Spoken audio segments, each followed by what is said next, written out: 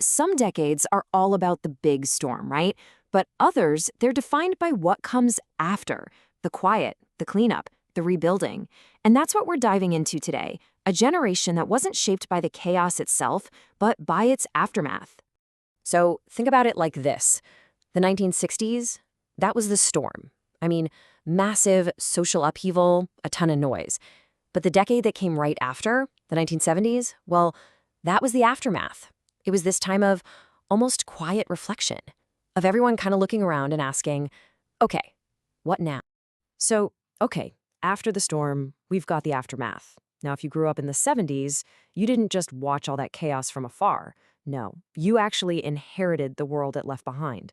You were the ones who had to grow up dealing with all the consequences, all the big questions that the 60s left hanging in the air. And there's this really powerful way to picture this. It's like a wildfire. The 1960s, that was the wildfire raging. The generation of that time, they were the survivalists, dodging the flames. But the 70s generation, they were the pioneers. They showed up after the fire had passed. Their job wasn't about survival in the heat of the moment. It was something quieter, and in many ways, a lot harder. It was the psychological heavy lifting of clearing away all that charred ground and figuring out how to plant new roots. So, that's the pioneer's task, right? Rebuilding on shifting ground. And this is where the core challenge really hits. I mean, how do you even begin to build a stable life or a stable sense of who you are when the very foundations of society feel like they're still smoldering, still shifting right under your feet? Just try to imagine that for a second. You're a kid, and you're watching the things that adults told you were absolute truths just get questioned and totally rewritten right in front of you. That's got to create this deep sense of instability, right? Because if you can't rely on those big truths that are handed down to you, well, you're pretty much forced to go out and find your own solid ground. And that's exactly why you could call this whole period a reflective rebuilding era. See, the 70s weren't really defined by these big, flashy, explosive events. The real action was internal. It was this huge psychological task. The main challenge was just to stay steady, to find your own internal compass, while the entire map of the world was literally being redrawn all around you. All right, so we've got this environment of rebuilding. How did that actually shape people? Well, it turns out these really unique circumstances forged something very specific and honestly a pretty powerful internal trait. A big piece of this comes down to childhood. I mean, childhood in the 70s had this kind of freedom that, let's be honest, seems almost radical today.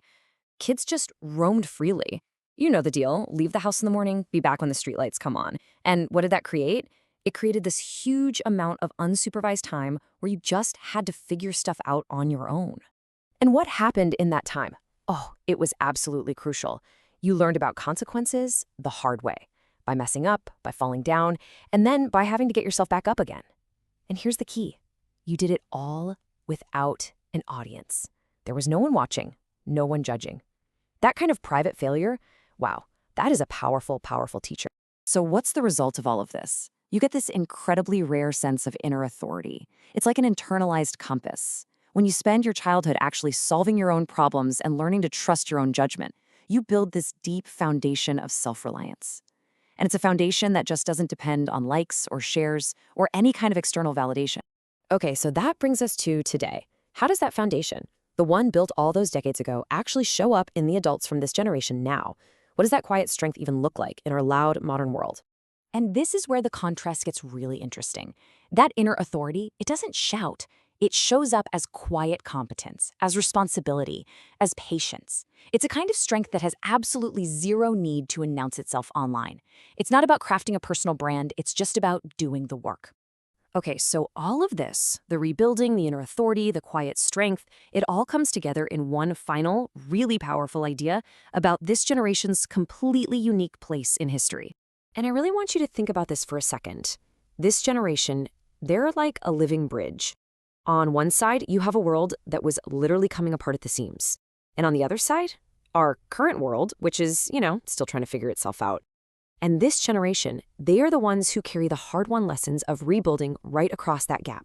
Which, of course, leaves us with a pretty big question for our own time.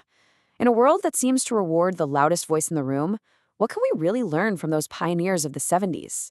What's the value today of that quiet, resilient strength, the kinds that isn't forged in a flashy storm, but in the slow, patient, essential work of rebuilding.